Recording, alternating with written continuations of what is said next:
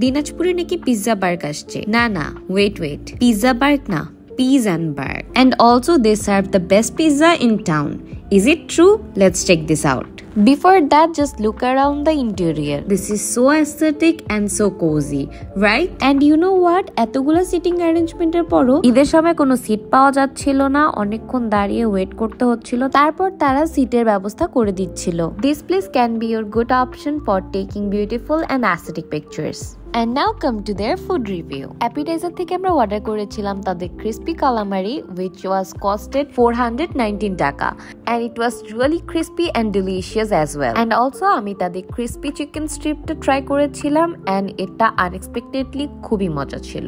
Like I'm not the chicken lover but আপনি যদি chicken fry lover হন then chicken stripটা আপনার অনেক মজা লাগবে for sure. And পিৎজার মধ্যে আমি তাদের cheesy volcano পিৎজাটা ট্রাই করেছিলাম and মানুষ যে বলে ভুল বলে না, আসলে তাদের পিৎজা অনেক মজা, সো চিজি এন্ড অলসো ক্রাস্টটাও ক্রিস্পি ছিল এন্ড ভিতরে টপিংস এর সাথে যখন সস ডিপ করে খাচ্ছিলেন ইট ওয়াজ হেভেনলি ফিল। আর মেইনস এর মধ্যে থেকে আমরা ট্রাই করেছিলাম তাদের seafood fried rice, Thai oyster vegetable and Mongolian beef. এই একটা জায়গায় এসে আমি ডিসঅ্যাপয়েন্টেড হয়েছি বিকজ এই থাই ওয়েস্টার ভেজিটেবলটা একদম মজা ছিল না। মঙ্গোলিয়ান চিকেনটারও আমি কোনো আহামরি টেস্ট পাইনি, মানে মঙ্গোলিয়ান বিফের যে একটা এক্সট্রা টেস্ট থাকে সেটা আমি এখানে কোথাও খুঁজে পাইনি।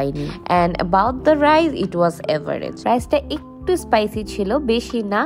আর হচ্ছে সেদিন প্রনের কোনো আইটেম অ্যাভেলেবল ছিল না, এই জন্য এখানে কোনো ধরনের চিংড়ি মাছ আপনারা দেখতে পাচ্ছেন না।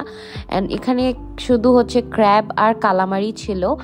আর এই যে মঙ্গোলিয়ান বিফটা মানে আমি খাইতে পারতেছিলাম না, কোনো টেস্টই পাচ্ছিলাম না, I don't know why. And Thai oyster ভেজিটেবলে অনেক ঝাল লবণের কমতি ছিল, মানে ওভারঅল মেইন ডিশ নিয়ে যে এক্সপেকটেশন ছিল সেটার কোনোটাই ফুলফিল হয়নি।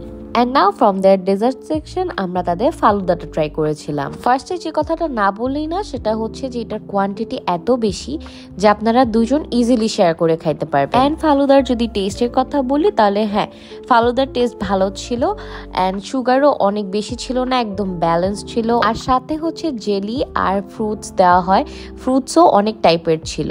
সো ওভারঅল খেতে মজাই লাগতেছিল। অ্যান্ড ইউ নো হোয়াট, আমরা খাওয়া দাওয়া করে এতটাই ফুল ছিলাম যে 4 জন মিলে আমরা একটা ফালুদা ট্রাই করেছিলাম, যদিও এটা নরমালি দুজনের জন্য পারফেক্ট। এন্ড তাদের শেকের মধ্যে আমরা হচ্ছে ওরিও মিল্কশেক নিয়েছিলাম and as always Oreo milkshake কখনো আমাদেরকে ডিসঅ্যাপয়েন্টেড করে না। এন্ড অলসো আমরা একটা ম্যাঙ্গো মিল্কশেকও অর্ডার করেছিলাম and about the taste it was quite average.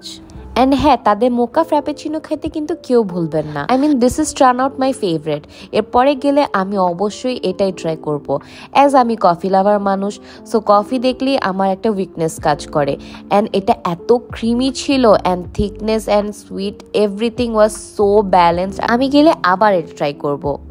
And আমরা তাদের মকটেলস এর মধ্যে সিগনেচার মকটেল ফ্রুট টি মিক্সটা ট্রাই করেছিলাম। অ্যান্ড অ্যাবাউট দ্য টেস্ট, উপর থেকে নিচ পর্যন্ত আস্তে আস্তে আপনি অনেকগুলো টেস্ট পাবেন এটার মধ্যে। অ্যান্ড লাস্টে গিয়ে আপনি টি এর একটা ফ্লেভার পাবেন অ্যান্ড যেটা খেতে খুবই রিফ্রেশিং। মানে আপনি হচ্ছে 7 আপের পাবেন, একটু লেমনেডের টেস্ট পাবেন, মানে ওভারঅল এটা অনেক মজা, মানে মাল্টি একটা ফ্লেভার আপনি এখানে পাবেন। সো মেইন ডিশ বাদে আমার ওভারঅল এখানকার এক্সপিরিয়েন্স ভালো ছিল। অ্যান্ড আপনারা আমাকে জানাবেন যে আপনারা কি কি ট্রাই করেছেন আর এখানকার কি কি আইটেম আরও বেস্ট, আমি নেক্সটে গেলে কি কি ট্রাই করব সেটা জানাতে অবশ্যই ভুলবেন না। Thank you for watching, see you in my next one. আল্লাহ হাফেজ।